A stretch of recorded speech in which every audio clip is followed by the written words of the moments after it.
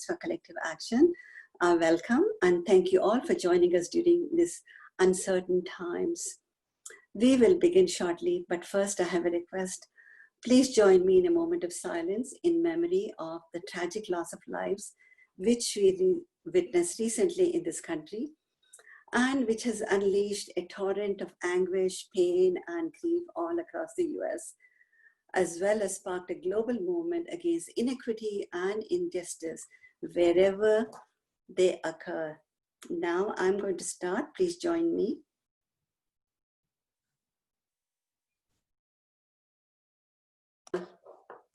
For joining us for that.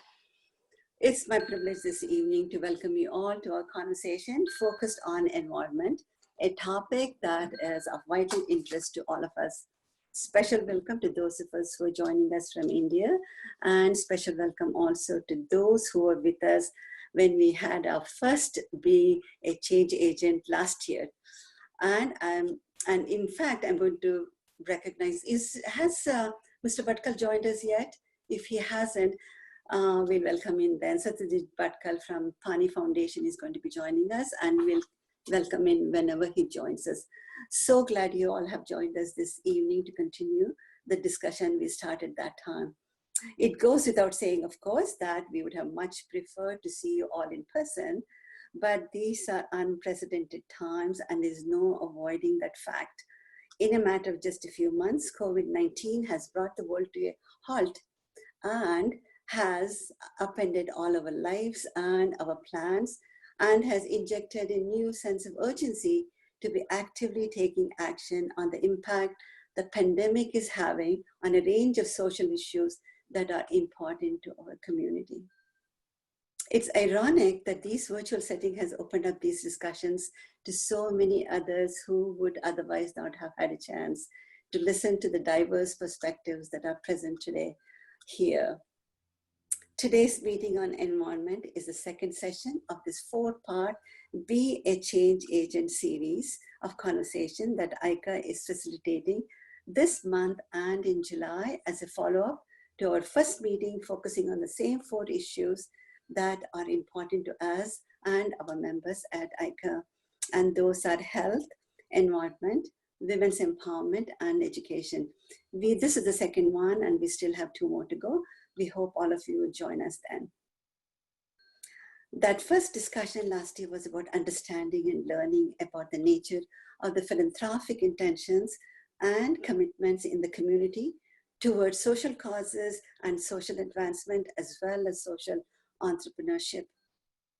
Part of the conversation was acknowledging the sense of dual responsibility we all feel in supporting causes in India, as well as here in the communities we live in. I'm so glad to tell you that ICA in the last couple of months has shown that it doesn't have to be either or, and has generously responded to needs wherever they have risen. The question at the center of all this discussion has always been, what can we do as individuals to make a difference in people's lives? We received valuable feedback from that meeting. The goal of the current series is based on the views expressed, which are to connect people to social change leaders, tackling some real pressing issues, understand the challenges they face, listen to some of the specifics of the work they are conducting, and hear about the innovative solutions they are using. Listening to the speakers today and the experts who have joined us, ICA offers a glimpse into the multiple trajectories possible in social change, which we think might move you to incorporate some of them into your own lives and in the process become a part of the solution. Back to the topic of environment. Earlier this month, June 5th to be exact, World Environment Day was celebrated, and before that, just a couple of months before, in April, it was the Earth Day, both aimed at raising awareness around environmental issues. World leaders pledged to save nature and promised to intensify their efforts for finding sustainable solutions in every sphere of life. But I suspect over the years, a certain amount of skepticism has set in about these promises. And most of us have largely come to accept that humanity is destroying nature. Terms like climate change, deforestation, water pollution have become so common, they're almost like buzzwords now, and have left people unprepared to face the fact that as individuals, there are so many things that we can be doing. I also have come to believe that it's a civil society that we are responding to more and more because they show better solutions and better results, not right now, but also post-pandemic. We sort of trust them more, I think. We are lucky to have with us someone today who's uniquely qualified to be able to speak on the key issues relating to environment and climate change. It's my pleasure to welcome this evening Seema Paul, Managing Director for the Nature Conservancy in India, one of the largest environmental nonprofits and one of the most trusted organizations in the world. In the interest of time, my introduction will be brief, but over the course of our presentation, I hope, Seema, you will expand on that to go into it a little bit more deeply.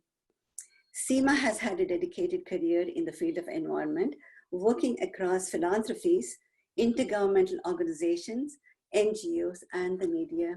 She has lived in Europe and the US and now in India, and comes to us with remarkable expertise. Seema has led global programs, including the Biodiversity Program at UN, at ClimateWorks Foundation, and she's the founder CEO of Shakti Sustainable Energy Foundation, a nonprofit dedicated to advancing climate mitigation in India.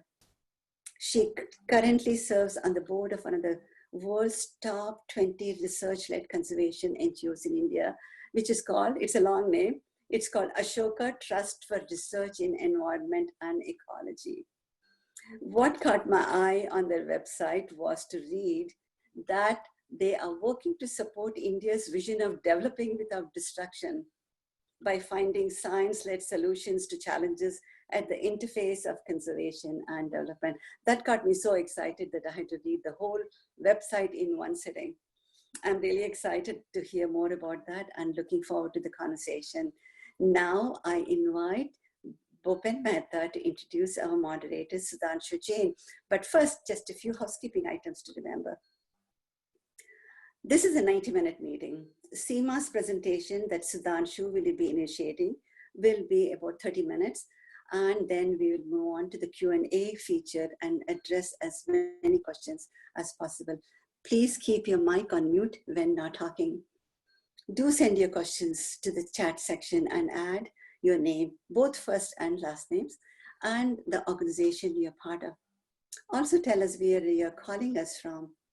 If you want to speak, click on the hand sign of this on your own Zoom screen, and somebody will let you in. I also want to let you know that this conversation is being recorded.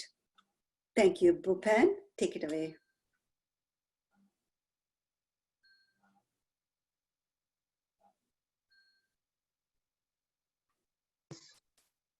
Bhupen, you have to unmute yourself. Okay,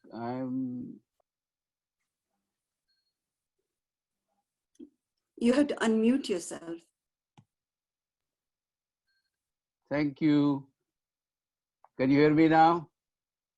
Yes. Okay. Thank you, Lata. Namaste to all of you who have joined us today. In 2019, as Lata mentioned, we had 24 people attended the environment session. Today, there are 72, 300% record increase from that 24. So I'm very pleased that all of you are joining and listening. I'm sort of a professional beggar in ICA. So I'm going to ask that each one of you have 3 important things to contribute. Number 1, your time and your intellectual power, which is sort of man. Number 2, work on a specific project on your own or in partnership with ICA working group, that is TAN, so man TAN, and the last one is done. You may write a check for the environmental work at ICA or the initiative that you want to support. So before I introduce the moderator, remember you have TAN, MAN, and DAN. You can give us some of it or all of it. There were, in that 2019 attendee list, Sudhanshu was one of the early attendee, and in his personal comment, he mentioned that we need more directed conversations on this topic. And today, I think we are going to do that to dwell on the important environmental issues. He is MIT graduate, bachelor and master's in electrical engineering.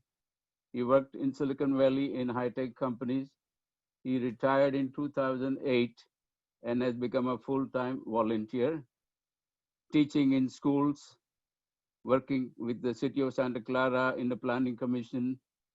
He is also a climate change, author of the Climate Change Declaration for the Jain community. He is the president of the Actera group in Palo Alto, which is a community-led initiative. He is running for the city of Santa Clara Council also. His uncle, Santosh Jain, is a very senior member of ICA.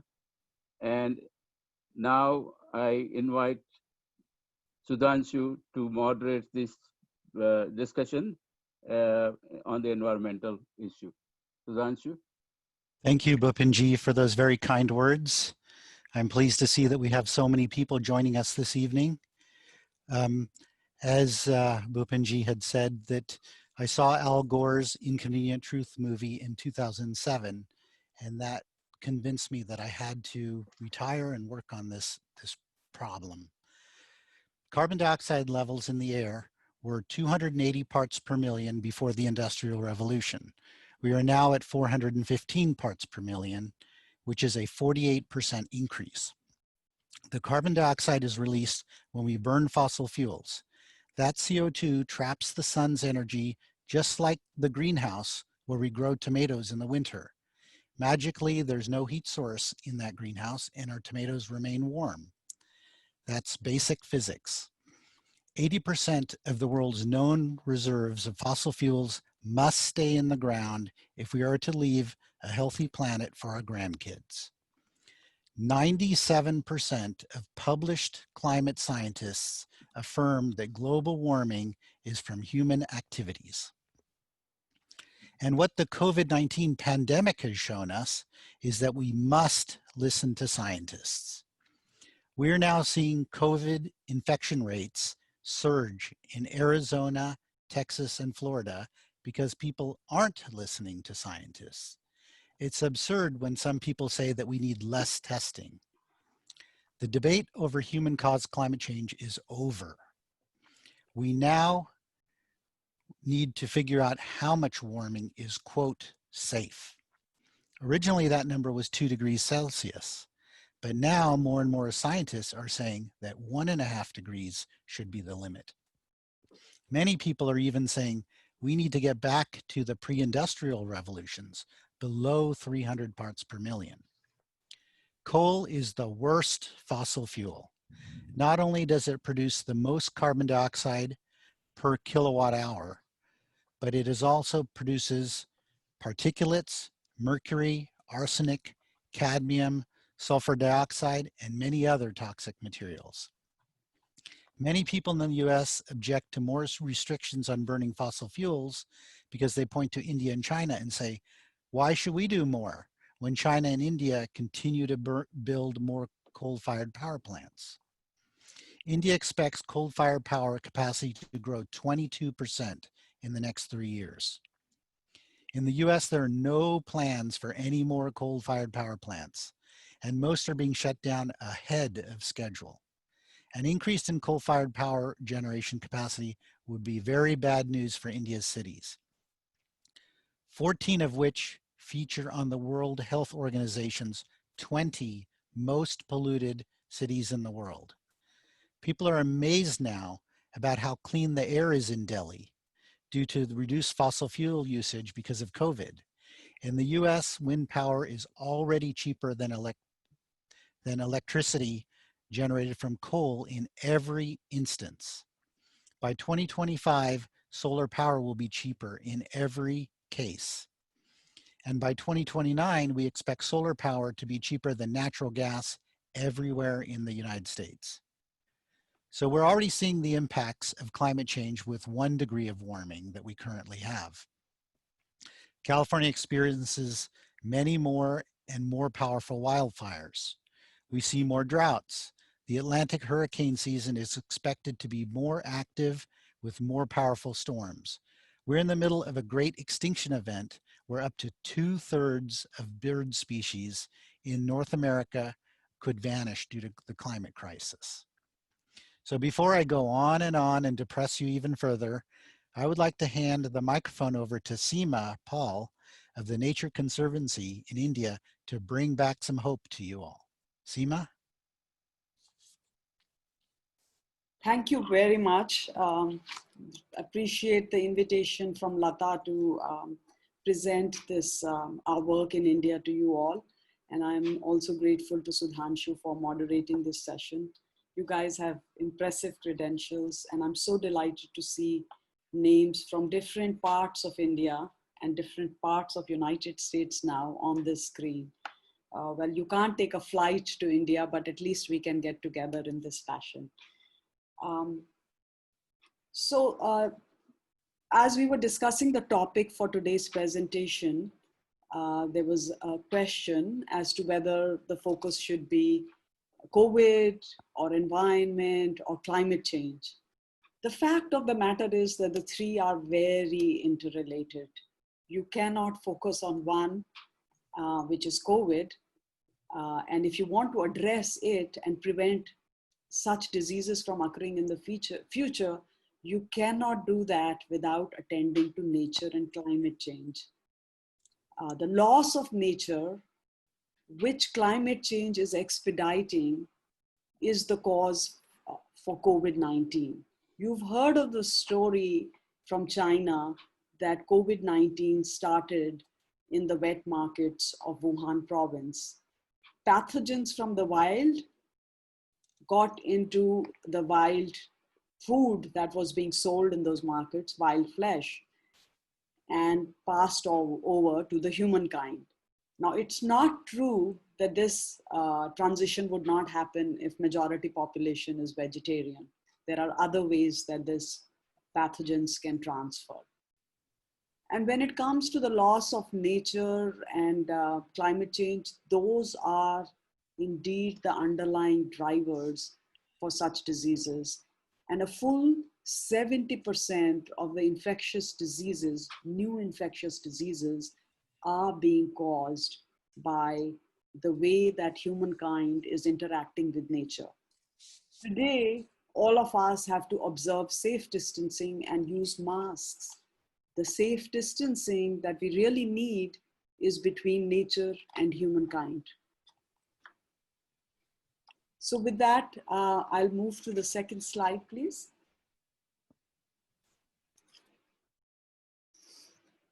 The World Health Organization should be our trusted ally as we take on COVID-19 and work to prevent future such pandemics.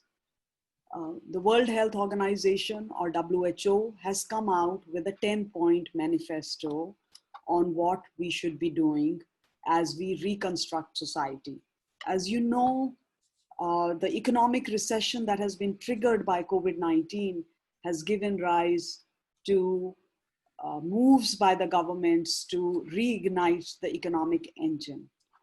And you may also have heard a parallel effort by global civil society, which is being described by 3 words: build back better. I think Build Back Better is a very important movement, and I urge all of you to join it. It's not possible for us to go back to the world that existed before COVID-19. We are in a very unprecedented times, as Lata and Sudhanshu have noted. And in these unprecedented times, the policy window has opened. And the policies that should be enacted and the actions that should be taken as we reset our society must do three things. We must have a healthier society.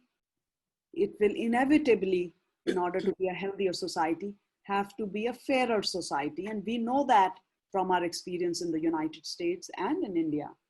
It will also have to be a greener world. And that's how we would get the triple win that this society and our world is really craving for. So this 10-point manifesto that WHO has come out with puts nature right on top.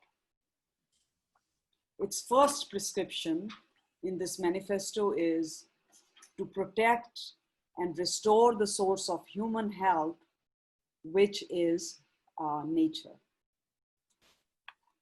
To me, it is even more momentous that the Confederation of Indian Industries, which is the apex body of industries in India, has come out with a 10-point statement which puts Mother Nature at point number 3. In fact, the first 3 points of the recovery charter that CII has come up with reflect ICA's agenda. Maybe you should partner. Their first point is about lives and livelihoods. Their second agenda is about health and education. And their third point is about Mother Nature, and in particular about climate change.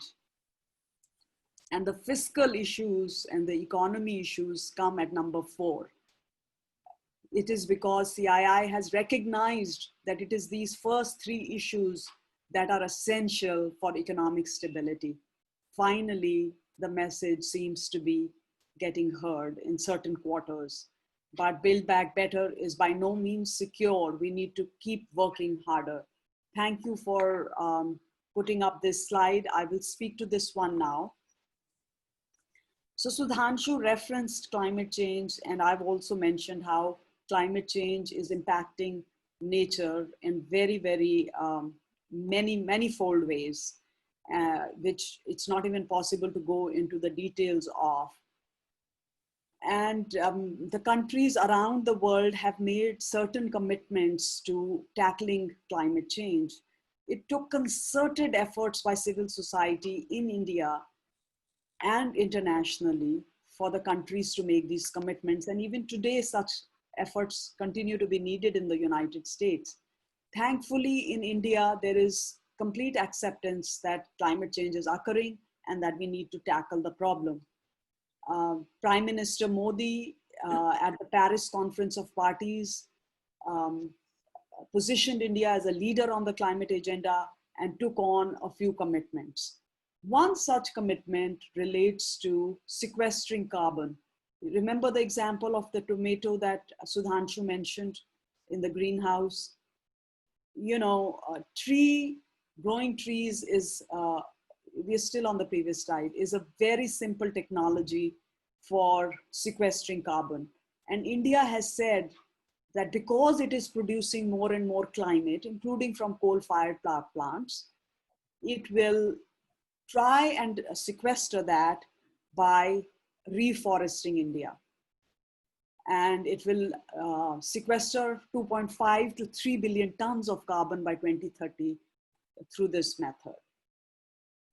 Now, you may also know that a full 50% of the economy, or the GDP, in fact, according to the World Economic Forum, not Seema Paul, not TNC, the World Economic Forum says that almost 50% of the GDP, global GDP, is deeply or moderately dependent on nature. If it is true for the world, it is even more true for India. We know that 300 million people in India are still living in abject poverty. 100 million of them are tribals. And there is these poor people, and particularly the tribals, are extremely dependent on forest resources for livelihood. So when India sequesters carbon through reforestation, It will also be impacting the lives and livelihoods of these tribal people, as well as the health index, and averting future pandemics like COVID. So what is the Nature Conservancy trying to do? We have a special responsibility. Lata mentioned we are the world's largest conservation NGO. We came to India 5 years ago. We did not come here to be just one other NGO, because India has so many other NGOs. We came here because we want to scale up the efforts that Indian civil society is already undertaking. What is our solution to this carbon sequestration challenge? We are working top down with the policymakers, and we are working bottom up. In the top down, we recently in February, we had a major win when, as part of the national budget, this government announced that $12 billion will be allocated to states based on their dense forest cover.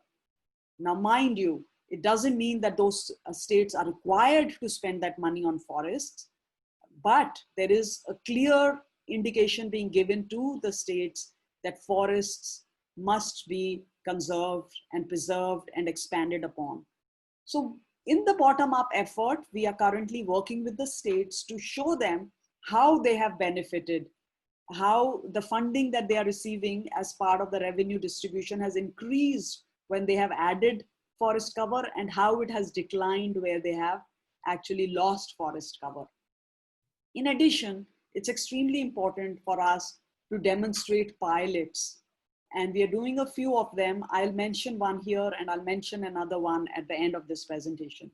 In Chhattisgarh state, we are advancing rights-based agroforestry livelihoods for tribal communities. You may know that at the stroke of the pen, the British government took away all land rights from the people of India, and the tribal communities lost those rights. That injustice is beginning to get reversed in India, although the implementation is pretty piecemeal. We have the Indian Forest Rights Act, but that act has to be implemented on the ground. Even in places where that act has been implemented rather well, including in Kabir Dham district of Chhattisgarh, where we are about to launch this initiative, that right has not transformed the lives of people yet. A lot more needs to be done. And so, taking cue from the state government, we are advancing bamboo-based clusters for agroforestry, which can bring the triple win to the local communities by improving their livelihoods, but also improving their surrounding ecology. And what's even nicer is the fact that if such efforts take off on a major scale, then India can stop importing timber that it is hugely importing, and actually help realize Prime Minister Modi's recent vision. I mean, it's also an old vision, but he has recently articulated it again in the context of economic recovery that's needed now, that we have to become self-dependent. And, agroforestry is a means to do it. So that's an example of the kind of work we are doing, top down, bottom up. Next slide, please. Staying with climate change, because it's still, we know it destroys nature, and recognizing that coal-fired power plants are very unhealthy. They cause a lot of air pollution, and those 14 cities that Sudhanshu mentioned that are listed on the WHO's most polluted cities in the world.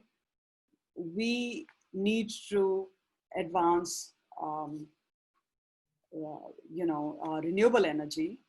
And when it comes to renewable energy, WHO has a prescription again, and it's asking that we ensure a quick, healthy energy transition in the world. So this work again ties in not only with India's commitment in Paris, which was that 40% of the installed electric capacity by 2030 will be based on clean energy. It is linked with that goal from Prime Minister. It's also linked with WHO's manifesto. Our part here is to de-risk renewable energy. A lot of renewable energy is coming up in India. People don't recognize that while coal, compared to coal, the land footprint of renewable, including solar and wind, is 3 to 10 times that of coal. India doesn't have a lot of land. We know that. The land density in India is 11 times that of United States. So how we use our land is extremely important. And right now, a survey of the CEOs in India, including the Ministry of New and Renewable Energy, have put land siting for renewable energy as the foremost barrier. There are other barriers too, but this is the foremost barrier. So what TNC is doing is to de-risk renewable energy siting. We have developed a software tool which uses GIS. It's very simple to use. Businesses can go on that tool and they can put in the power capacity they want to add in 2 of the states in India, and they will get a list of sites where this can be put without hurting the ecology and without hurting the livelihoods of the poorest people. This is not to say nobody will be affected or there are no ecological concerns to be taken care of.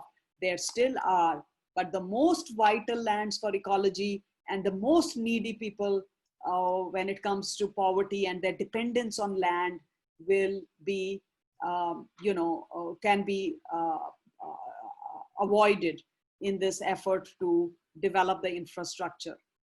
Now you might say, well, won't India's renewable energy goal be ultimately constrained? No, it will not be constrained. There is rooftop solar, first of all, and I know Sudhanshu will come to it. He's quite a climate expert. But in addition to that, we've done a study of India, which we have published in a scientific peer-reviewed journal called Sustainability, which shows that India has 10 times the needed land for its 2030 renewable energy goal, that is low ecological and social value. So multiple objectives can indeed be met. And what Lata was so fascinated by, development without distraction, it can indeed be achieved in the instance of renewable energy, but also other things. So next slide, please.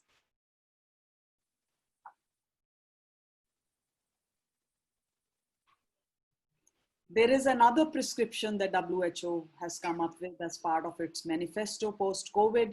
That prescription says, advance healthy, sustainable food systems. Again, it is indeed possible to advance healthy, sustainable food systems. Challenges in India are huge. We have to start somewhere. We have chosen to start this journey in what is one of the agricultural hotspots of the world, which is Punjab and Haryana, Northwest India. You all are familiar with the headlines in New York Times and other newspapers that Delhi is the most polluted city in the world. 40% of Delhi's air pollution on the worst days is because of burning of crop residue, in particularly rice residue, or specifically rice residue, by the farmers in October. And what TNC is trying to promote as a solution so that the win-win development without destruction is possible is a technology called the Happy Seeder, which can be attached to the tractor. The farmer runs it through the field. It makes an incision into the soil and drops the seed of wheat into it, which is called no-till farming, which is beneficial for climate change. And furthermore, this Happy Seeder also turns back the crop residue into the soil, much like you might be mulching in your gardens. And over time, this will improve the carbon content in the soil and improve the productivity of the soil. Now, this is a win-win technology because the farmer saves on diesel costs, doesn't have to run the tractor multiple times, and therefore also reduces the climate emissions. It's also economical for the farmer to do this because labor is in short supply, particularly post-COVID, but even otherwise, Punjab labor shortages exist. And therefore, they don't have to pay the labor much, if at all, if they choose not to drive the tractor themselves, only then, and there's only one pass that they do. So we have published a survey of farmers and the findings from it in the prestigious Science journal that show that this happy seeder is the most profitable solution, more profitable than even burning the crop residue. And we are now working in 7 districts in Punjab and Haryana to advance this effort on the ground, handhold the farmers, provide them support so that they actually begin to utilize this, this equipment. Next slide, please. So the 5th prescription from WHO post-COVID for a greener society that leverages the triple wins that we mentioned earlier is about healthy, livable cities. Our modest effort in this regard, we cannot take on the multiple cities that are happening across, that are coming up across India. Our modest efforts in this regard are in the city of Chennai, which you know has been in the news for many years, and last year in particular, there was a huge drought in the city. There was water shortages, severe water shortages. If there isn't a drought year in Chennai, we know that we have a flood year in Chennai.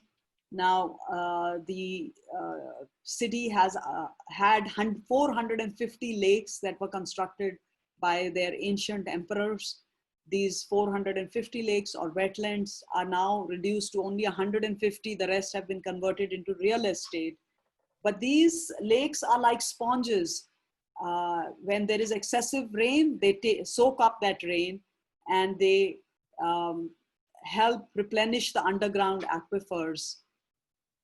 In that manner, when there is excess rainfall, they can also prevent floods. So they're really the bulwarks that stand between droughts and floods. The city does indeed recognize that it needs to restore this infrastructure, what we now call green infrastructure, but they're not doing it in a very methodical way. It's a little bit haphazard and patch meal effort. And so we are advancing the first science-led pilot in the city. We've taken on a mid-sized lake called Sembakam, and with support from a Bay Area colleague that you might know, Ram Shriram, we have made a lot of progress in implementing a great initiative, which is showing results. We were about to install a nature-based wastewater treatment plant at this site. That work is a little bit delayed because Chennai is now in its 2nd lockdown. But as soon as the lockdown is lifted, that DWAT system will come up at this site, and we will have a cleaner lake. We've done much more work on this lake, including removing the invasive species, desilting it in a scientific fashion. Our efforts are supported by 2 partners here. One is the IIT Chennai, IIT Madras, it still continues to be called IIT Madras, and a very science-led NGO called Care Earth. Now, mind you, all the initiatives that I mentioned earlier, TNC is not implementing them alone. We are working with local civil society. And with that, if you go to the next slide, I'll talk to the Narmada. Thank you. So I wanted to come back to another example of our bottom-up effort to restore India and to help sequester carbon. In this instance, the bottom-up effort is tied also to the restoration of River Narmada. TNC is working on both the holy river. I mean, all rivers are holy. I think they are holy across the world because they serve so many societal purposes. But in India's instance, we know that we express our spirituality towards nature in very, very manifest forms. And so River Narmada is one such river. People believe that just a glimpse of Narmada will, mean nirvana for them.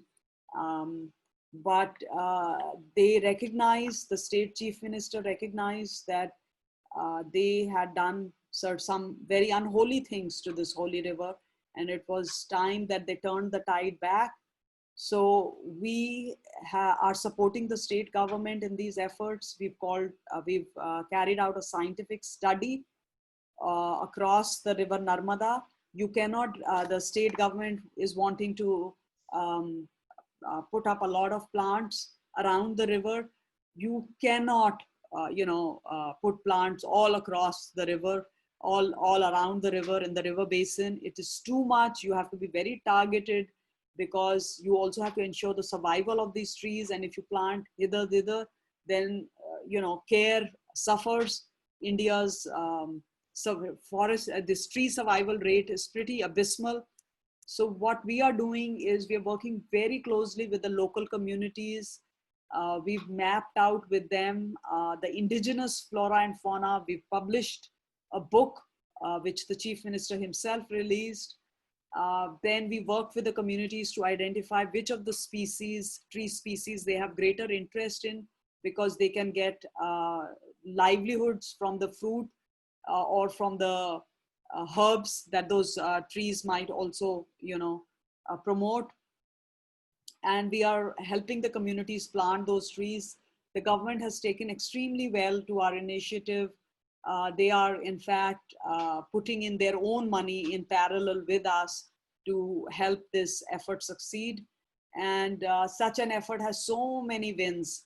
In addition to sequestering carbon, providing livelihoods to poor people, providing shade to the spiritual travelers who come to this river. It will also improve the water quality and quantity. It will improve the natural habitats for wild creatures. And so there are so many wins from planting trees, but doing them methodically, scientifically, and with the engagement and ownership of local communities. So that's the last initiative I wanted to speak to. We have many more initiatives, but these are the ones I chose to speak on. And so if you come to the next slide, it will display some of the partners that we are working with. Perhaps you'll recognize some of them as you may have supported them. And then in terms of, can we move to the next slide? The final slide. So our mission as an organization is to conserve the lands and waters on which all life depends.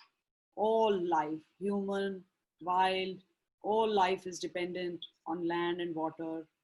And indeed, I think the Indian community is at a very special place now, because they have integrated environment in their twin agendas, the prior twin agendas of education and health, thanks to efforts of people like yourselves on this call, and particularly I would note Lata and Sudhanshu. Thank you so much. I'll stop there. Thank you, Seema. You're doing a lot of good in India. I wanted to ask you a question. We were in India 3 years ago, and they had just stopped the crackers, the burning of firecrackers, and pollution in Delhi was still very bad. And the government had banned the burning of this crop residue, but farmers were continuing to burn because they didn't have any alternatives. Is the shortage of capital a big issue for the Happy Cedar program? So thank you very much for that question, Sudhanshu. And you're right, come Diwali in Delhi, you want to run away. You chose a wrong time of the year to come to Delhi, but I'm glad you came because you understand the problem. It is at that time, the crop residue is being burned, and 40% of the air pollution comes from that source. And the government, based on the scientific work that we did together with the University of Minnesota and many, many stakeholders and civil society institutions in India, the government heard us. In its wisdom, it decided that it will put a $150 million subsidy in support for the adoption of this particular equipment. However, the farmers have indeed purchased this equipment as well. However, the challenge is that, the farmers should not just be purchasing it for themselves. They should be becoming entrepreneurs, and they should be actually using this equipment, offering their services to other farmers in neighboring fields.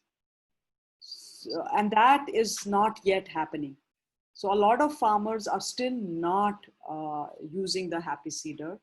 Many are, some are, but a lot still are not.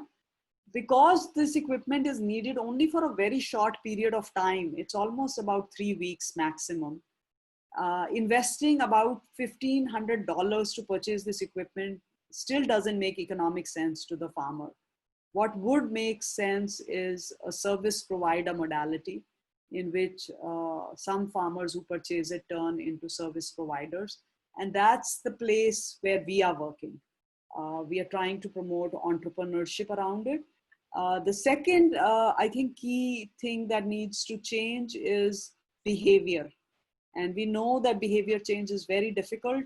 During the Green Revolution, we taught our farmers that you have to have a clean field. Everything from the field should be removed before you plant the next crop. And now we are telling them the reverse. Leave the residue in the field, it's good for you. This behavior change doesn't happen easily. It takes a lot of support and hand-holding, and the use of Happy Seeder goes with a package of practices and adapting to those practices. When do you water the field? How much before you run this equipment? All that information dissemination, government is not good at that. And that's where they need support of civil society.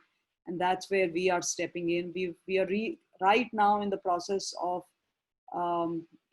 conversations with 3 other NGOs, including the Confederation of Indian Industries, where we'll come together under the same tent and start advocating with the government top down that they have to show more leadership in this issue. And bottom up, we are planning to raise some money to position staff in the district collector's office who will coordinate and drive the work, leveraging the government machinery. So that's our plan there, Sudhanshu. Okay, thank you. I got this question from our audience. It says, another epidemic led to the formation of the Amazon forest and for Europe's mini ice age in the 16th and 17th century. I'm not sure what to make of that. Yes, I think there were other pandemics that human society has witnessed. And I think the responses were also similar to what we are witnessing now. And I think the biggest takeaway is that we cannot let this, they say, don't let a disaster go to waste. This is a massive disaster that the world is witnessing. We cannot let it go to waste. I would appeal to all of you to, really join this movement for building back better, wherever you are, whichever country you are in, with the government of United States, with your state governments in the US. If you happen to meet the Indian government representatives, they care a lot about the Indian diaspora's viewpoint. Prime Minister Modi really wants partnerships with the Indian diaspora. So please, please make your voice heard. We cannot let this pandemic go to waste. We've paid a huge cost. We must get the benefits of the triple win that I outlined. Very good. Yes, so can we ask a question verbally right now? Yes, go ahead. Yeah. Okay, I have 2 questions. And of course, first of all, congratulations and thank you for the work that you're doing in India. The first question is, as far as the Happy Seeder is a great idea, and certainly, somebody entrepreneur can have a service, and that would be the best way. Is the government of India and the government of Punjab and Haryana doing something? Because one of my India visits, I read in the newspaper that they were going to have something where the farmers can rent something where they can pull the whatever the residue out, so they don't have to burn, because this is all very good for the Happy Seeder, but I think with the massive amount of land that is there, a lot more is needed, and a lot more is needed from the government perspective to make a dent here. And just I said, maybe I'll just stop with this question, and I have another important question, but later maybe. Sure. So thank you for that question. There are other solutions too for tackling the crop residue problem. That's one thing you said, and I want to acknowledge that. The second thing I heard you say is that this problem is wider than Northwest India. It's all across India. And that's also true. So both those things are true. The reason we are focusing on Northwest India is we want to be effective. Our project goal, project title is 0 in 5 years. We want zero burning in Northwest India in 5 years. The technology that we are mentioning, we have analyzed, scientifically analyzed other solutions too. There are other solutions, as you referenced. There you can have bioenergy from crop residue. You can create pellets from the residue, rice residue. And you know, those pellets can be burnt to produce energy. You can also make some kind of furniture from the rice residue. However, the biggest challenge is the amount of rice residue and the short time window of only 3 weeks in which this residue must get collected. And then it must get stored. It is so huge, you cannot immediately make pellets out of it. And so given the scale at which the organizing would need to happen and the kind of labor that would need to be deployed, and given how expensive the labor is and how scarce in particular it is post-COVID, the use of the residue in the rice field, in the fields itself, is the most scalable solution. It's also, as I mentioned, the most economically feasible solution. And if that is the solution, because from a futures perspective, this is conservation technology and we want to move to conservation agriculture, this equipment will aid that transition to conservation agriculture. So we do want this technology to be adopted for short and long-term reasons. Now, the farmers of Punjab and Haryana have been leaders in the adoption of technology. So we must succeed here before we start advocating it to the rest of India. And as civil society, you know, one of the fatal flaws we tend to have is we try to do a lot.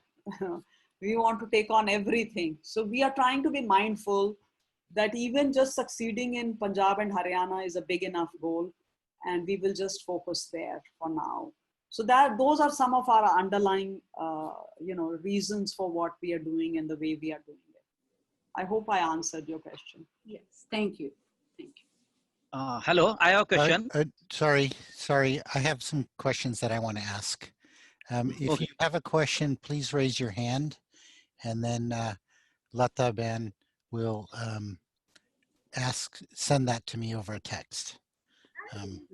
Okay, so the question that I had was that we know that coal causes all of these problems. Why do we continue to build coal-fired power plants? Someone is asking. So it's a very complex question, and I also have the same question, Sudhanshu. But I think there are a couple of reasons. One is the base load challenge, that we need base load power, which is power that's available 24 hours.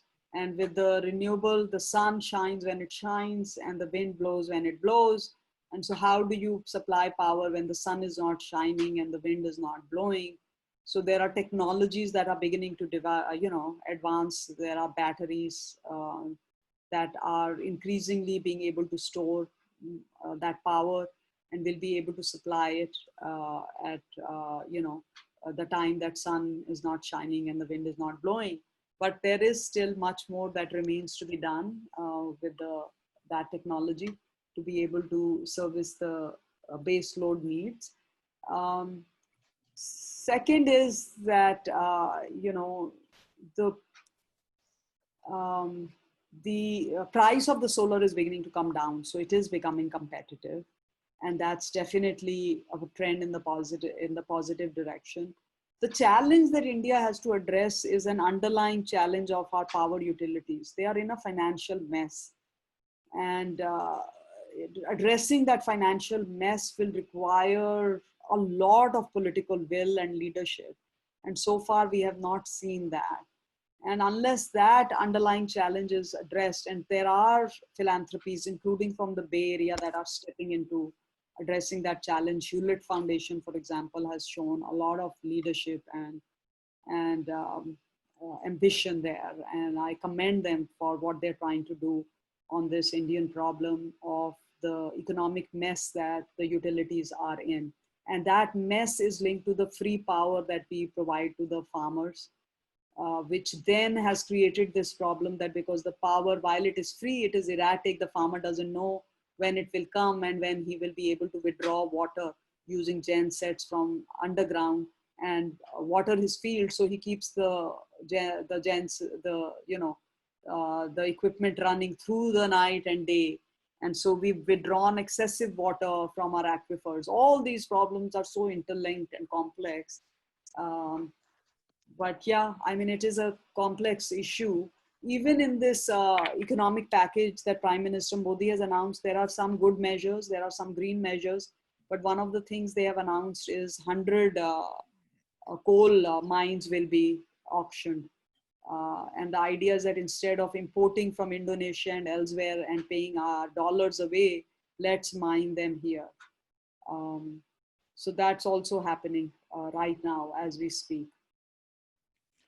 Yeah, on top of that, you know, India is a democracy and over 100 million people don't have access to electricity. And so the government needs to provide electricity in any way that it can, and coal is currently the cheapest way. Unfortunately, it's causing all these health problems. So that is a challenge for the officials. Yeah.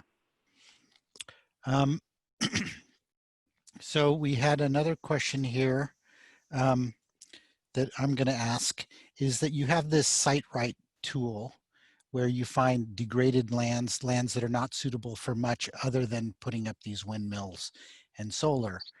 But the issue is that you have all this rooftop space, and if you can put solar on the rooftops, then people have reliable energy when the power cuts come from the government.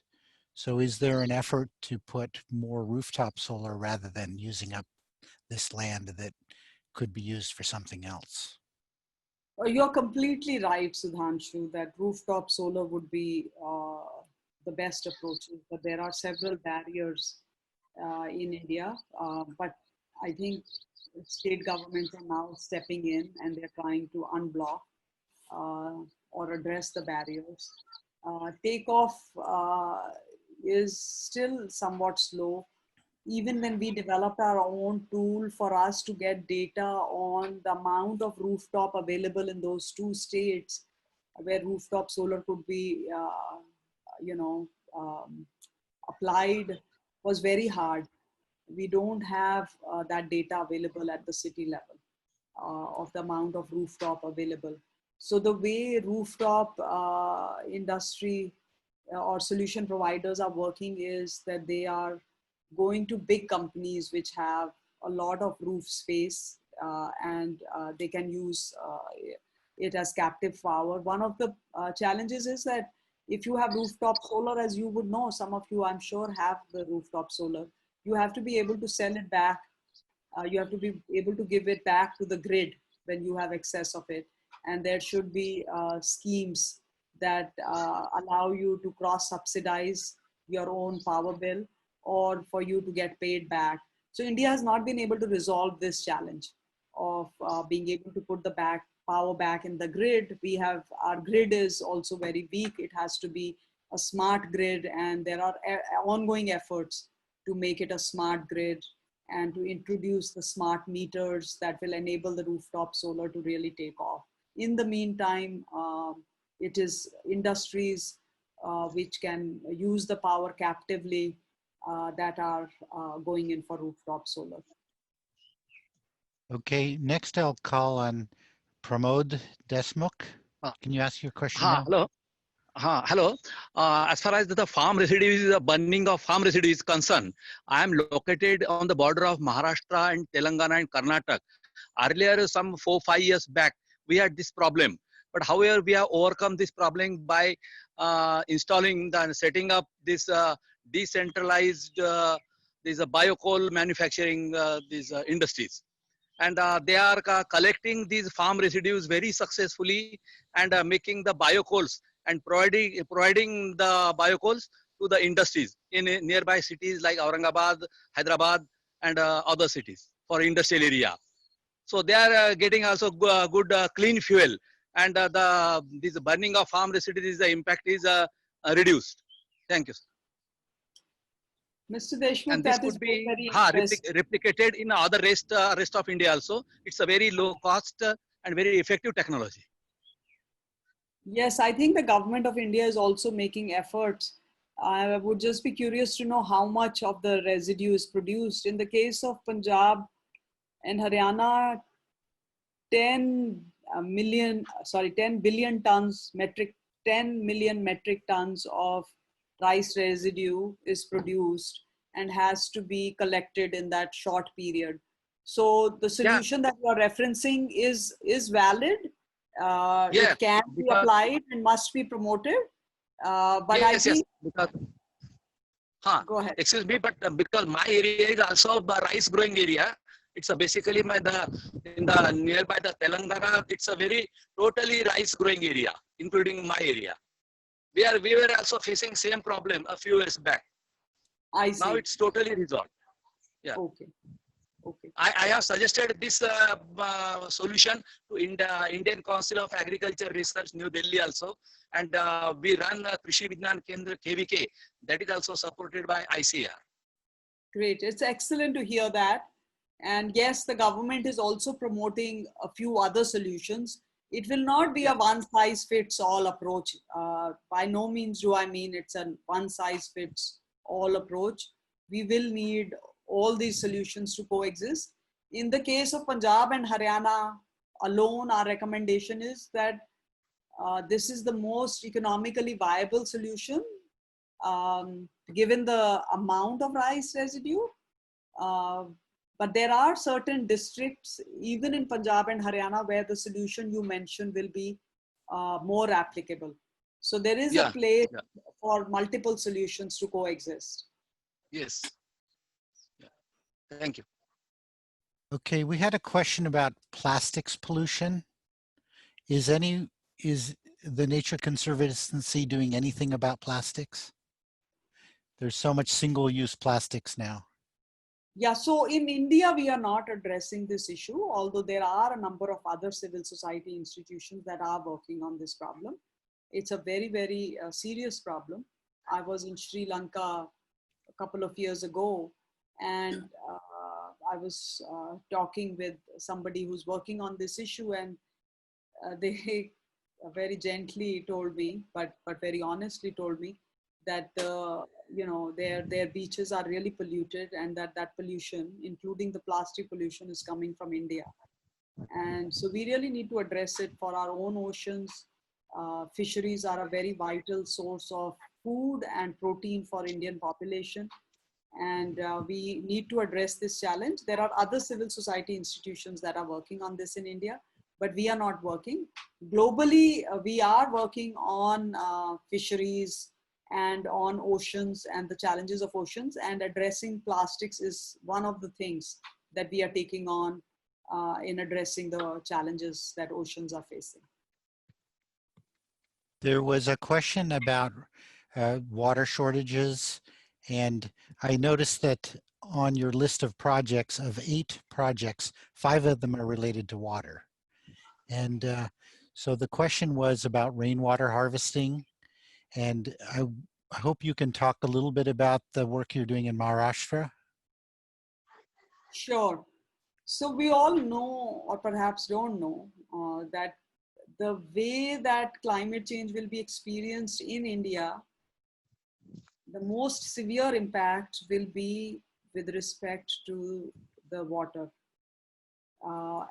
And in particular, we know that water, India receives almost 80% of its water or more in those 2 or 3 monsoon months. And one of the tipping points of climate change is going to be, there are multiple tipping points. The melting of the Arctic is, for example, one of those. But the snow peaks, the ice peaks, the melting of Himalayan glaciers. But the biggest tipping point for the Indian subcontinent will be how the monsoon gets impacted. And there are unknowns there. But we do know that the monsoon is already changing. the time of arrival has changed, the period in which it lasts, the duration has changed, the intensity of rainfall has become higher. So we're getting the same amount of rain, but in shorter period. So we know that if we have to, as a semi-arid country, mostly a semi-arid country, if India has to manage, it must store that monsoon rain extremely well. And there the role of nature becomes extremely important, because it is nature that intermediates. And if you have vegetation on the surface, then that vegetation will allow the water to infiltrate the ground. And then we can have, water we can withdraw from under the surface.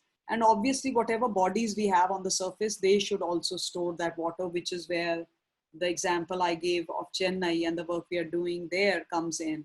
So we have to use on-surface methods, but more importantly, I think we have to also use the underground to store the water so that we have it through the year. And a lot of work needs to go in there. We are trying to do two things, just to keep it simple for now. Droughts have always been a fact of life for India because we are semi-arid. In recent decades, instead of accepting that reality of India and working with it, we became reactive. We thought that the underground water would be available forever and ever, which we now know is no longer the truth. And we, didn't encourage nature-based solutions that would allow communities to harvest and store the monsoon water for the rest of the year.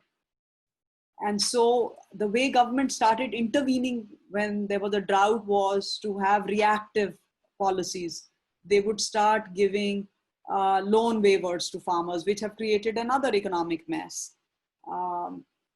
We are trying to transform that reactivity back to proactive approaches in which we use nature-based interventions, such as the one you mentioned, Sudhanshu, the one you mentioned, to actually store sufficient water and help and invest government monies on that, in those sort of interventions, rather than in reactive policies. And our on-the-ground initiative in that regard is in the Marathwada region of Maharashtra, near Nashik, as well as in Beed district. We are working with farmers. We are training some of those farmers to become what in Hindi is called Bhu Jal Jankars, or knowledge keepers. They will know, they'll be para-hydrologists, they'll be able to map their underground water resource, and they will work in village committees, pre-existing governance structures, to first of all, understand the water budget, which includes what's available on the surface and underground, and then to make decisions about how they will use that water. What this will mean is that eventually they will make their own decisions about changing their cropping patterns and not growing, crops like sugarcane, which are water guzzlers, which were never meant to be grown in this kind of ecology. And then we leverage that at the level of state and central policy as well to transform the policy responses. So simply put, there is a saying in Hindi, which is, Jangal Nadi ki maa hai. Only, about less than 10% of India's water comes from the glaciers. Rest is all monsoon. And the forests take the monsoon rain and keep it under the ground. And that is then utilized by the rivers, by the humanity. But these ecosystems, whether it is the rivers or the forests, they will die if they don't have some water left for themselves. And humanity has become so, has lost touch with its ancient traditions and with nature, and has forgotten that, some water must be kept aside for the river itself, so that it can live and then take care of us. All those little traditions, passing by Jain temples in Old Delhi, I have seen as a child, and even today it exists, of feeding the pigeons and the birds, people keeping little pots of water outside their homes to feed the birds.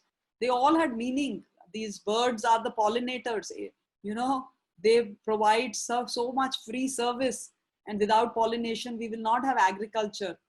80% of India's agriculture is through these natural pollinators. So all these things are so interlinked. I don't want to make it complex, but our traditions, just look behind some of our traditions and you will see the underlying reasons why we had them. And we need to sort of remember them. And I think many of those things need to be brought back.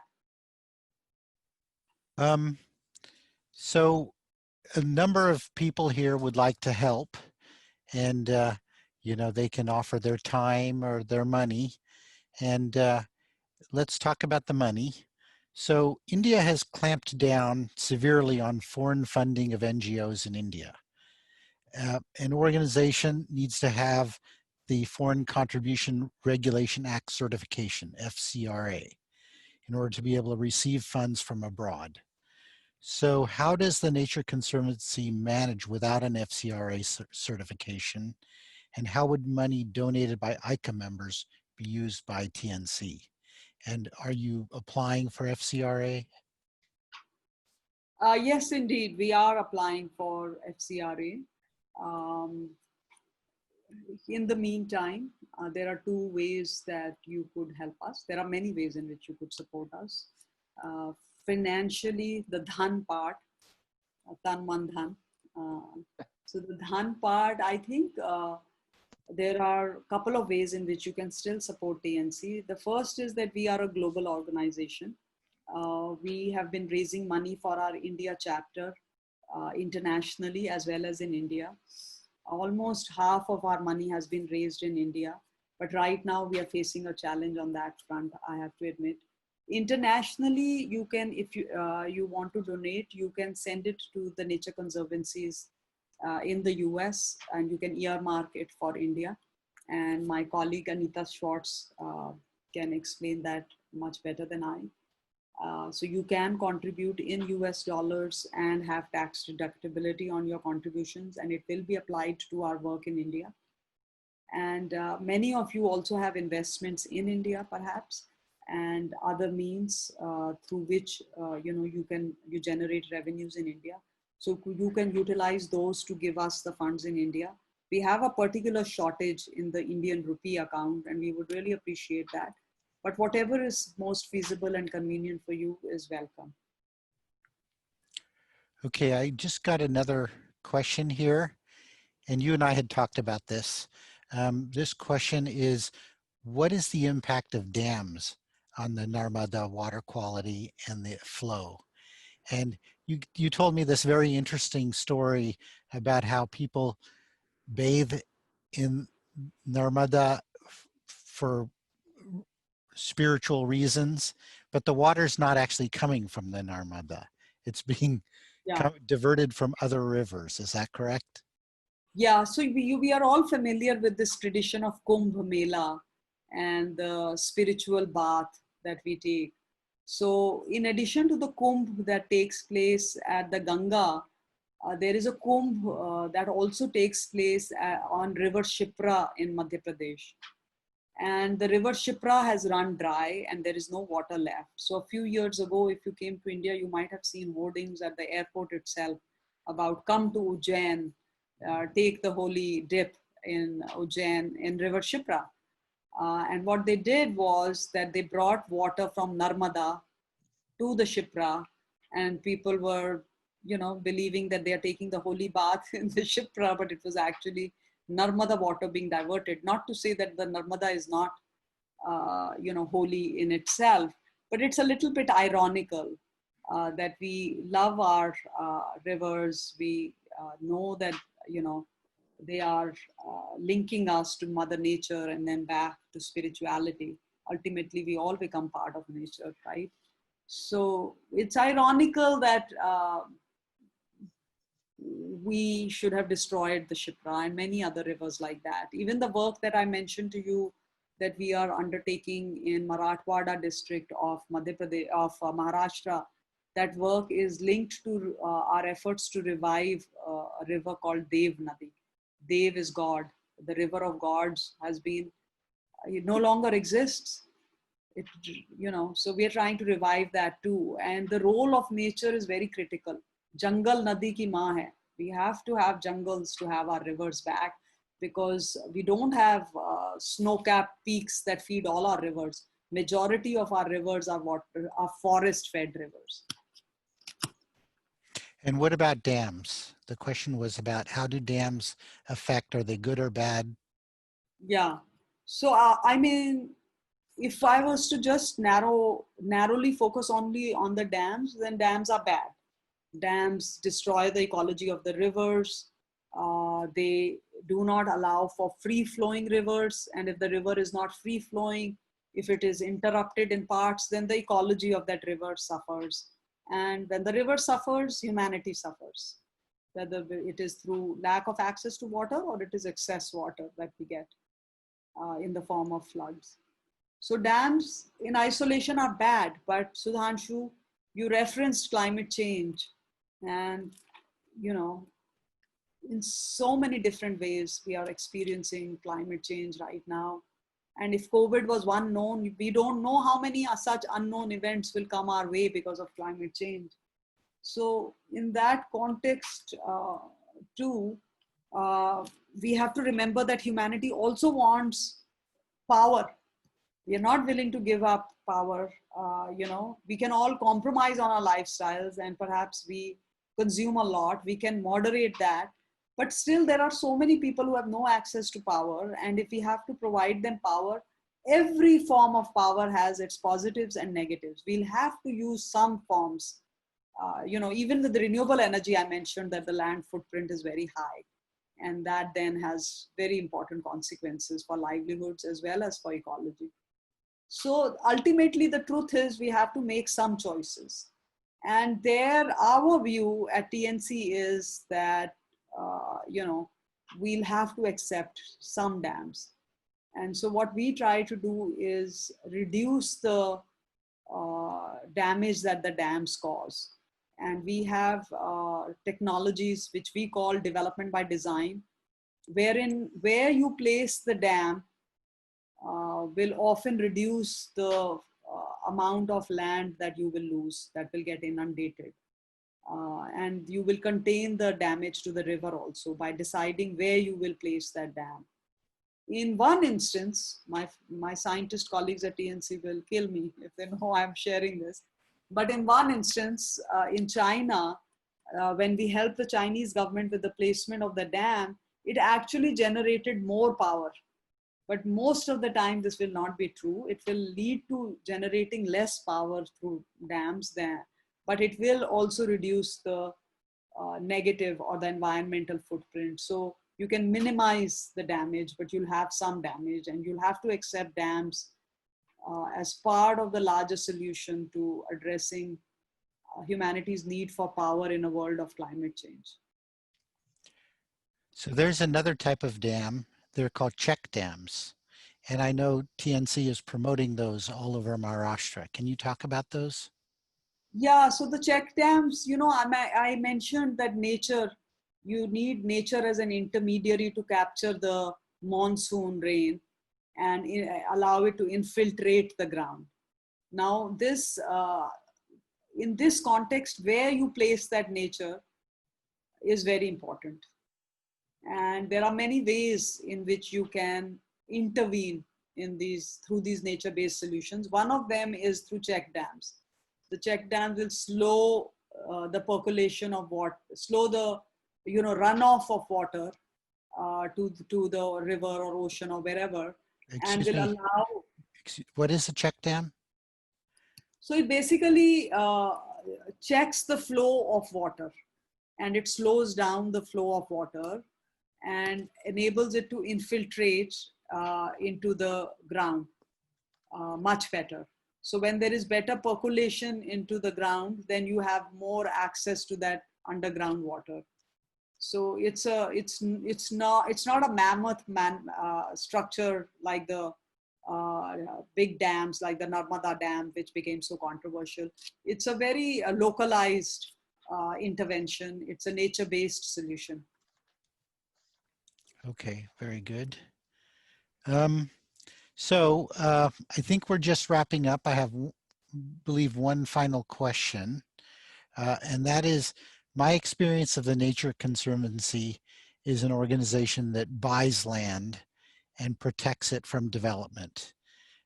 That is not possible in India, or that's not happening in India. And but it's very important to have these vast stretches of land connected, because animals, wild animals, roam over very large territories.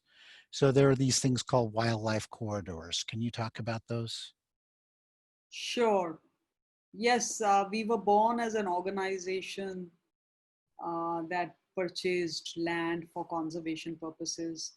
In many of your states where you're living in the US, I'm sure each state you'll find a large parcel of land that the Conservancy has purchased and improved upon. And if you haven't, try and explore, you will find them.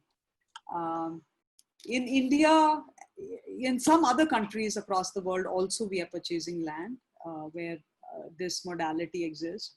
In India and many other countries in the world, we are not pursuing it. It's not possible to buy land. It's a very scarce resource in India, and moreover, the law doesn't allow foreign organizations to purchase land either. You're absolutely right, Sudhanshu, that wild species, whether it is the brown bears in the north, or it is the tigers, or even other species, elephants, they all need vast stretches of lands to survive. India does have a robust system of protected areas, but these protected areas, if you visited them, are very tiny compared to some of the protected areas or national parks in the US. Now, the only way the tiger and its gene pool can survive is if it is able to travel across states. And for that, it is extremely important that these areas across which these wild species will travel that are not protective are managed in ways that are friendly to the wildlife. So the small holding farmers that live in these corridors that wildlife also uses have been very understanding of the wild creatures' needs as well. And again, it goes back to our tradition and culture. And sometimes when I bring guests from the US to India, they are amazed at how non-aggressive our villagers are and how respectful they are of wild creatures. And they mention how in the US they would take out the guns and kill these creatures. But there are limits to tolerance as well. And I think we have to make sure that we improve the livelihoods of these communities. They are very poor. We have to find alternatives to help develop them that are also friendly to the wildlife. And that's where we are intervening in central India across Madhya Pradesh, Maharashtra and Chhattisgarh, where 30% of India's tiger population lives. We have mapped out the corridors. We've brought 20 organizations together, including not just nonprofits, but also government organizations. And we are mapping out the pinch points. These pinch points are places where India's infrastructure is coming up. Huge infrastructure is coming up in India right now. The development trajectory that was so slow for many years now is racing ahead. So where this infrastructure is placed should also be friendly to the wild creatures and to the poor communities who are very dependent on this land. And that's where the tool that I mentioned to you at the beginning for renewable energy infrastructure comes in. That tool can be utilized for other infrastructure also, the way the roads are built, the way the power lines are laid out, the way railway lines are laid out. So our expectation is that we will succeed with our renewable energy tool, and we will show the government a path to develop without destruction, to have the infrastructure, but to place it in ways that is friendly to our natural heritage, not only because we want the wild creatures to survive, but moreover because we want ourselves to survive. Our survival is linked to nature. And in very real ways, and water is the most stark example. No water, no manufacturing. No water, no development. You want development, you need nature. Forget wildlife even. So I think the essential truths of life have been put under the microscope by COVID-19, and I hope the humanity will reset itself. Well, thank you for a very delightful evening here in the United States. It's morning there, but I'm going to hand it over to Govind for some closing remarks. For those of you who would like to stay on for even further discussions, we'll leave it open for 15 more minutes. Govind? Okay. Thank you, Seema, for an enlightening and inspirational presentation to understand the environmental related issues and the solutions. Your insights on how to resolve the problems related to carbon, forestry, agriculture, you talked about drought, rivers, energy, dams, and most importantly, water, etc., and how they are impacting the lives of so many people were very thought-provoking. I particularly liked hearing about some of the new initiatives being put into place in India. I hope they will put more of those. Seema, please accept our sincere thanks on behalf of all the participants and the ICA team for taking time to speak to us. Our thanks also go to Sudhanshu, who has done a superb job in moderating the webinar. As you heard, Sudhanshu himself is an environmental activist. He has studied many environmental issues of India and came up with many questions for the smooth flow of this conversation. Great job, and thank you, Sudhanshu. My sincere thanks go to the ICA team, Lata, Deepa, Bhupen, Smita, Abhay, and our esteemed leader, Reshma, for organizing this webinar. And lastly, I want to thank all of the participants. Hope that all of you can be agents of meaningful social change with the help of our organization, Indians for Collective Action, or ICA. Note that there will be 2 upcoming webinars in this series. The first one is on a women empowerment, Monday, July 6th at 6:30 California time. And there is another one in education that is on Monday, July 20th at 6:30. Please don't forget to register for these upcoming webinars at your time. Also, please support more of such webinars and other projects by donating on the ICA website. And our website is ICA Online, one word, icaonline.org. Thank you again. I'm done. Okay, thank you all for joining us this evening. If you want to stay on, we'll be open for 15 more minutes. Are there any questions?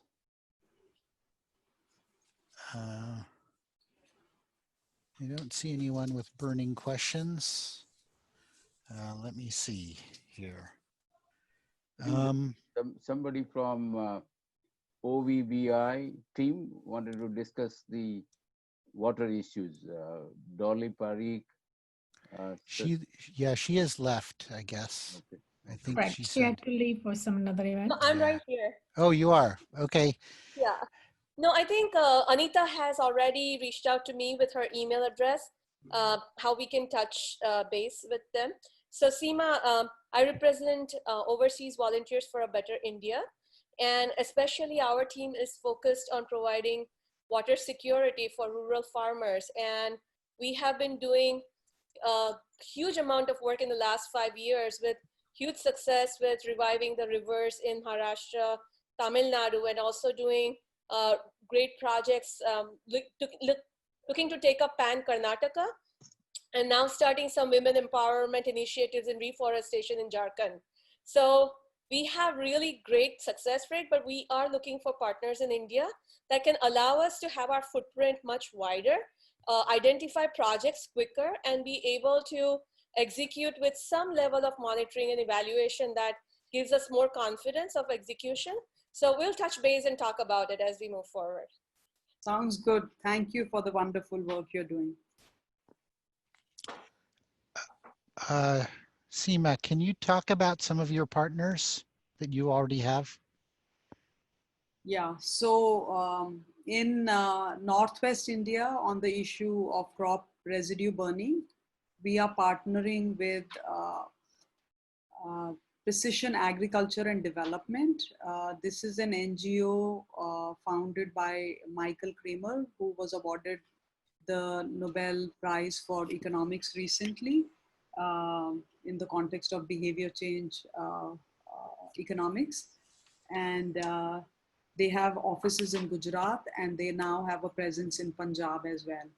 And we are also partnering with a number of CGIAR institutions, which are scientific institutions, such as the International Wheat and Rice Research Institute, the Borlaug Institute for South Asia. Borlaug was the scientist who brought Green Revolution to India. We are currently tying up with APAG, Air Pollution Action Group in New Delhi, as well as the IPS Foundation, which is working on the ground with support from corporates on the same issue as us. In the context of our work in Maharashtra, we are working with an organization called ACT, Arid Communities and Technologies, which originally worked in Gujarat. And with us, they have expanded the work to Marathwada. They specialize in training farmers to map their underground water. We've also brought together another partner called Vanam Ecologies to our work in Maharashtra. While ACT is good with the underground mapping, Vanam Ecologies. Sorry, are you able to hear me? Yes, Yeah. I can hear you. Yeah. Yeah. Vanam Ecologies is bringing the ecology aspect of the work into play. The farmers have forgotten how nature needs water for itself also, and some provision has to be made for that. So Vanam Ecologies is going to work with us on that. One of our partners is the Indian Institute of ISB, the business school. Sorry, IIM Ahmedabad. IIM Ahmedabad is one of our partners. What IIM is bringing to the table is the governance aspect of water, how the water governance can be improved at a local level. Then that was that. Cities. In the forest space, we are working with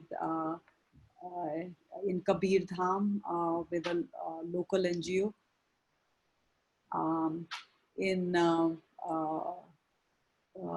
In terms of our policy outreach to the government of India on that 12 billion allocation, we work closely with the Tata Trust, the Energy Resources Institute, Oteri, Institute of Economic Growth. Those were our partners.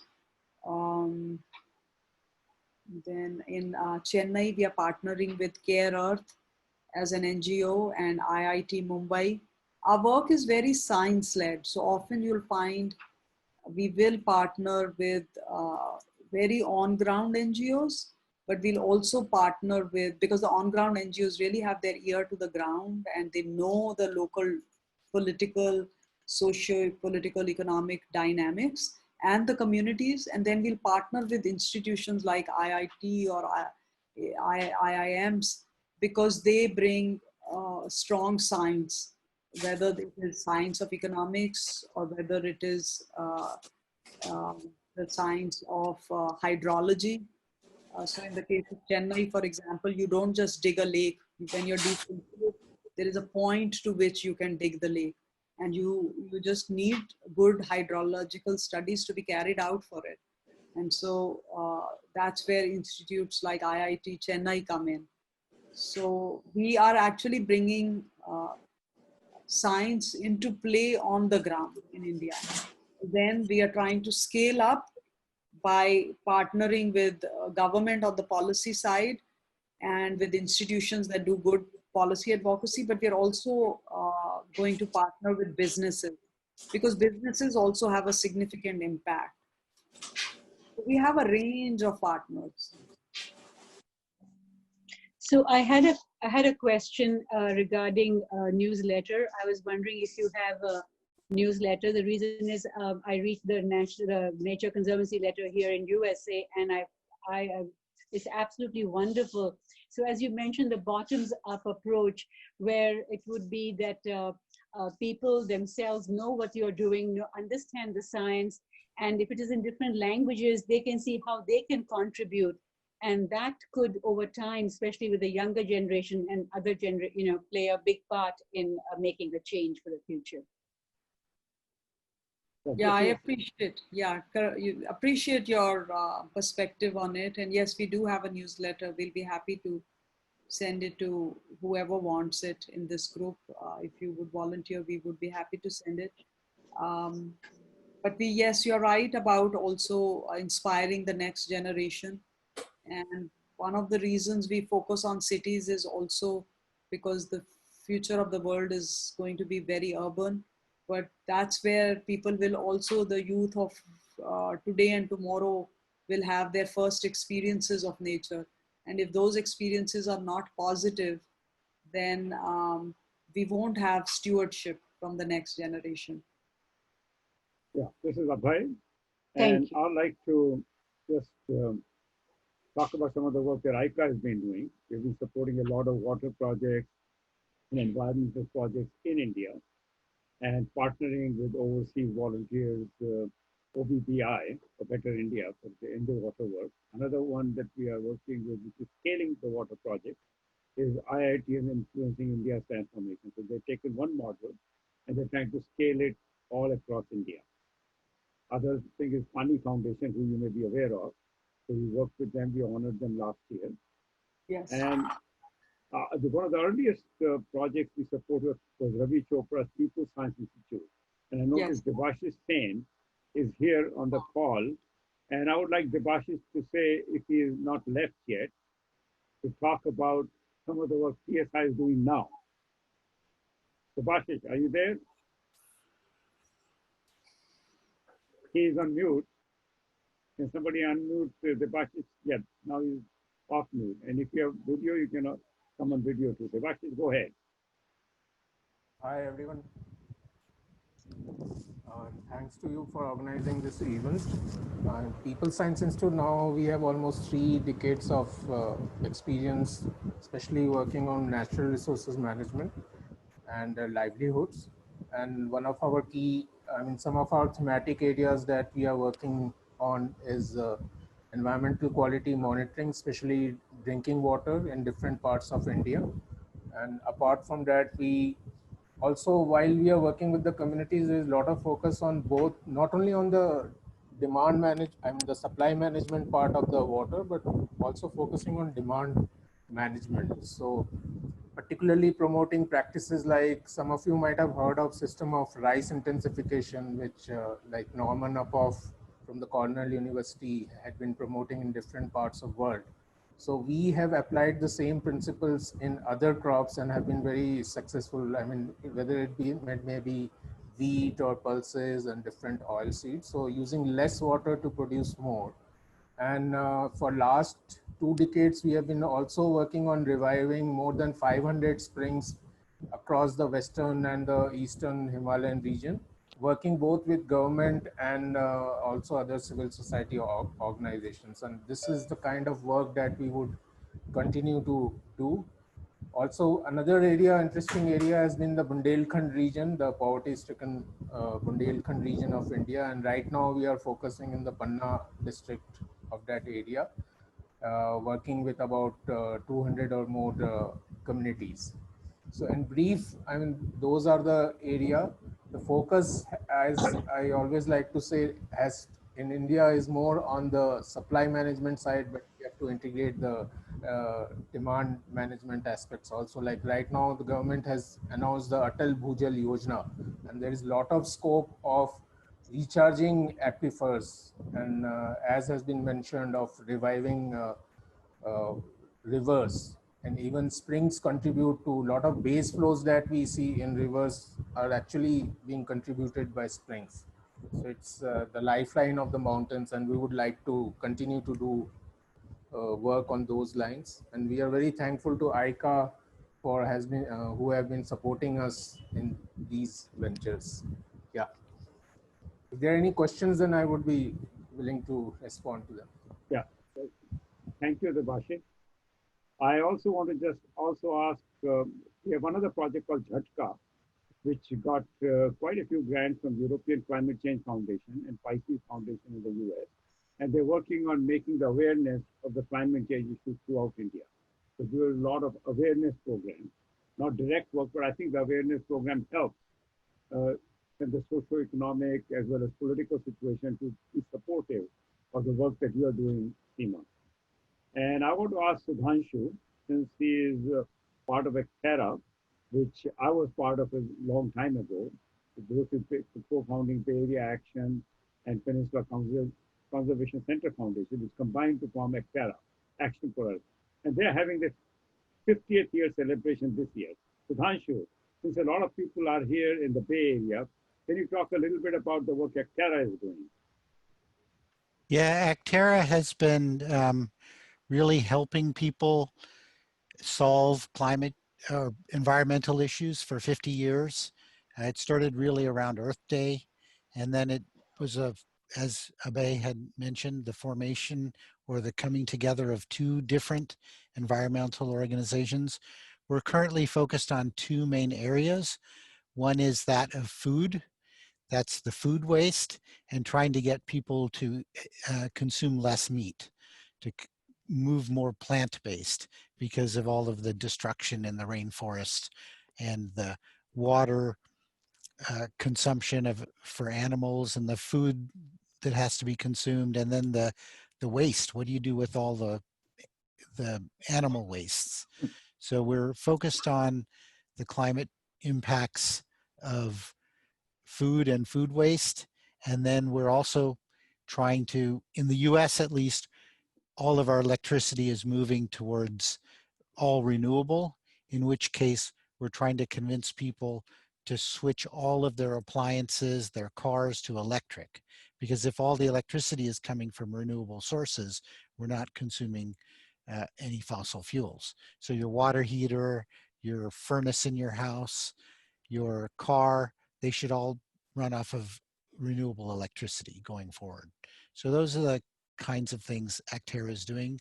We educate people and businesses and government agencies on the benefits of these newer technologies. Sudhanshu, is your school's project and the volunteers program and working in the park and things still going on? Well, the working in the parks was our stewardship program, and that became a separate organization called Grassroots Ecology. So we don't work in the parks anymore. We are mostly working on this beneficial electrification program, and then we're also teaching people in communities that will be inundated by sea level rise, how to handle sea level rise issues and become more resilient, protecting the wetlands around the bay.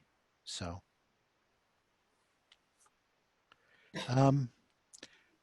Lata, I think you were going to close. Is that correct? All right, let me do that right now. This has been an absolutely fascinating, riveting conversation with all of us. And Seema, much of it goes to the way you sort of addressed all of the questions that we had. Absolutely. I hate to do this, but I think we must bring this meeting to a close today, and we must meet another day. I think we'll do that again. And in the meantime, the questions that were not answered, we will send. We'll send the answers to everyone if they have given us their emails and all of that. So now I bring this meeting to a close. Again, an amazing evening. Sudhanshu, wonderful job of moderating. Thank you so much. And thank you to all our ICA members and participants. Thank you so much.